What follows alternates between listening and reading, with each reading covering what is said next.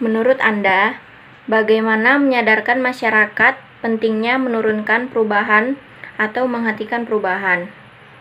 Yang bisa kita lakukan untuk membantu es yang meleleh dan peningkatan permukaan air yang dihubungkan dengan peningkatan temperatur yang disebabkan oleh kegiatan manusia.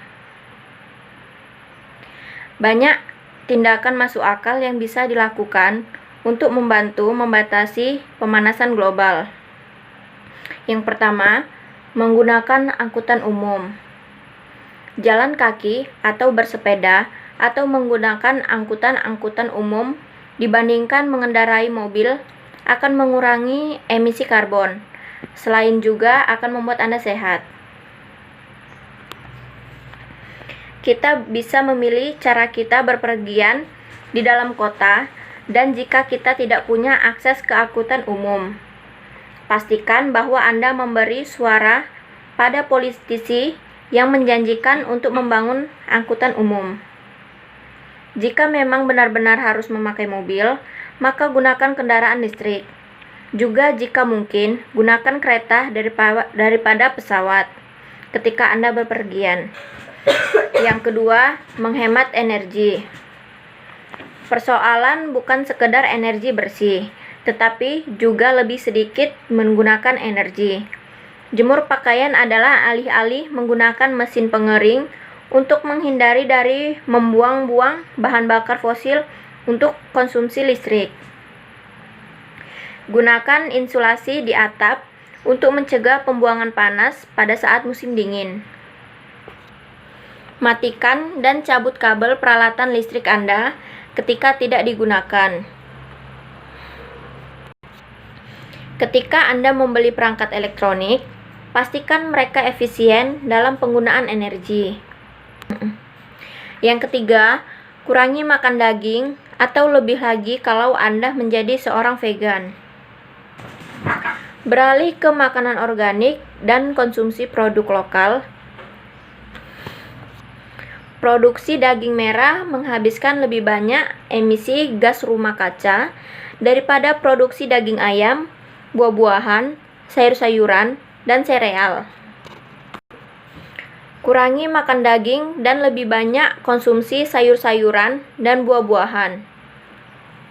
Mulailah dengan puasa, makan daging 1 hari dalam seminggu. Juga akan sangat berguna mengurangi konsumsi susu karena emisi gas rumah kaca yang juga tinggi untuk memproduksi transportasi. Yang keempat, kurangi dan daur ulang bahkan untuk air. Berulang kali kita diberitahu tentang keuntungan mendaur ulang. Namun transportasi dan memproses material daur ulang merupakan proses yang karbon intensif atau meninggalkan jejak karbon yang banyak. Bagaimanapun, daur ulang lebih sedikit dalam mengkonsumsi energi daripada memproduksi dari awal. Pengurangan dan daur ulang bisa meminimalisir kerugian. Yang kelima, beritahu dan didik orang lain.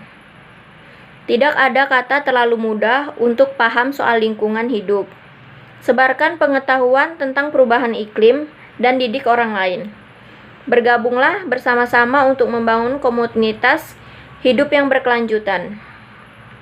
Bangun jaringan berbagi yang bisa membantu mengumpulkan sumber daya seperti alat potong rambut, alat berkebun, dan capailah standar gaya hidup yang lebih ramah lingkungan. Soal yang kedua, menurut Anda, bagaimana carbon trending dapat mempengaruhi terhadap perkembangan perekonomian Indonesia? Perubahan iklim secara global tentu saja akan memengaruhi tanaman juga.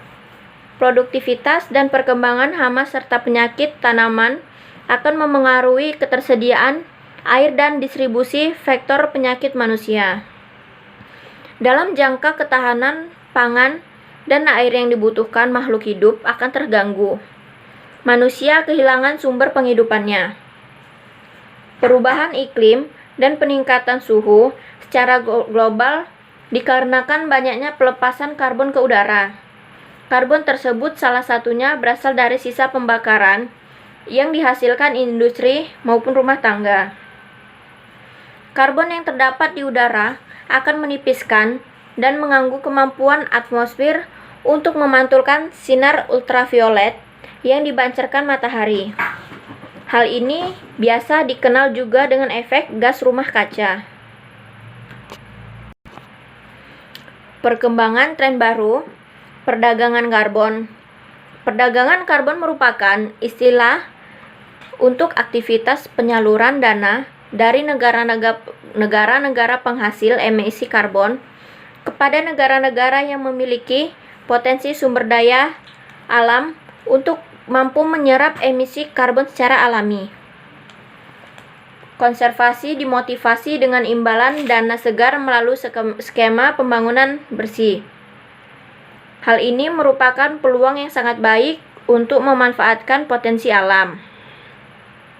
Tentunya dengan cara lain selain menebang pohon, karena yang dihitung dalam perdagangan karbon adalah hutan yang ada dijaga kelestariannya dan penanaman pada kawasan bukan hutan, serta melakukan perbaikan kawasan hutan yang rusak dengan cara reboisasi. Indonesia dengan luas hutannya berpotensi untuk memasuki era perdagangan karbon tersebut. Semakin banyak hutan lindung, semakin banyak pohon yang ditanam di setiap lahan kosong, semakin luas lahan yang direhabilitasi dan direboisasi tentunya akan meningkatkan potensi penerimaan dana. Hal ini akan menjadi insentif moral bagi semangat Departemen Kehutanan dalam melakukan konservasi sumber daya alam hutan dan rehabilitasi lahan. Seperti yang sudah dilakukan selama ini melalui berbagai gerakan dan kampanye. Di antaranya, gerakan penanaman serentak Indonesia yang memiliki tema dan target tersendiri di setiap tahunnya. Bagi negara, mekanisme perdagangan karbon tentunya menguntungkan.